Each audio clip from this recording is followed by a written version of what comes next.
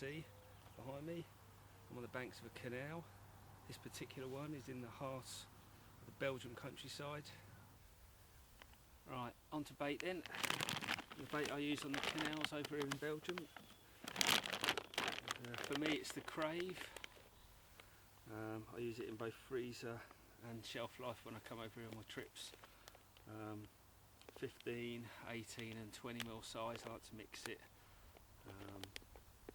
And basically this has caught me fish on all the canals I've fished here in Belgium over the years, over the last 10 years, and I've used this probably the last 3-4 years on the Belgium canals, and I really rate the stuff. It is great bait.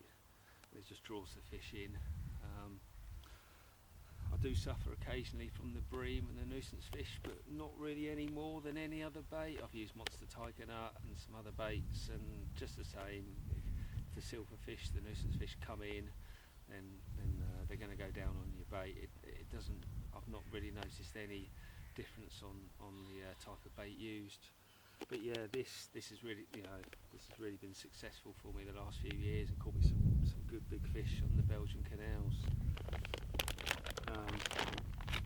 I have to say there is some crays and Chinese mitten crabs in some of the canals over here. So I use the hardened hook baits, 20 mil. I generally use a 20 mil hook bait, so then I avoid the silverfish, and obviously they'll last longer against the crays and the mitten crabs. On to particles, and I have to say I really am a fan of these jars. I use the mixed particles and the chopped tiger nuts.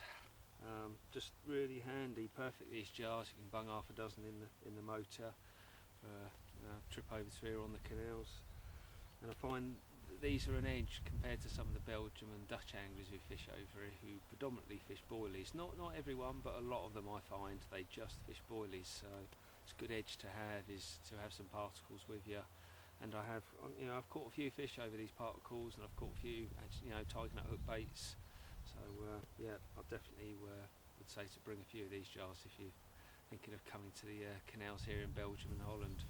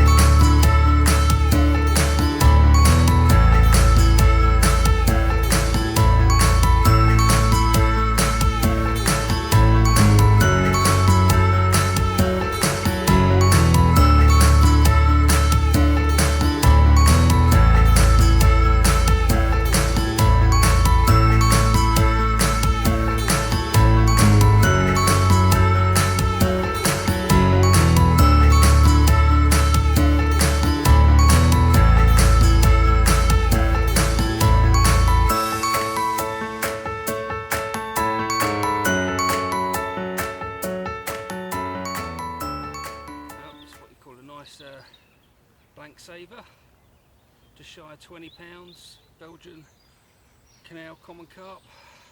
Not quite what I was after, but I'm not going to complain. I've got one more night left. Hopefully I can catch her big sister, eh? So look at that. Just shy of £20, but still, it's Belgium carp. Happy days. There we go, folks. Another Belgium common carp. £26 this time. Bit more like it. Maybe I'll get lucky and get over the 30 mark next time.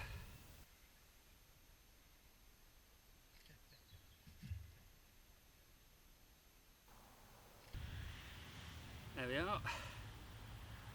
Just a smidgen over £21. Mirror this time. That's what I do like. I do like the mirrors over here, nice and dark. This one fell to a chod in the evening just before 7 o'clock on one of the old washed out pink 50mm crave pop-up over a sprinkling of 15 and 20mm crave boilies. I've only been here a couple of hours, got here just after work, got the rods off, rods out even, and rattled off an hour later. Happy days. Well, another session's drawing to a close. I've got a few hours left before I've got to pack up and head home. You're always hopeful that you might get a last minute bite, but I'm not sure it's going to happen this time. I've had 3 fish on this trip.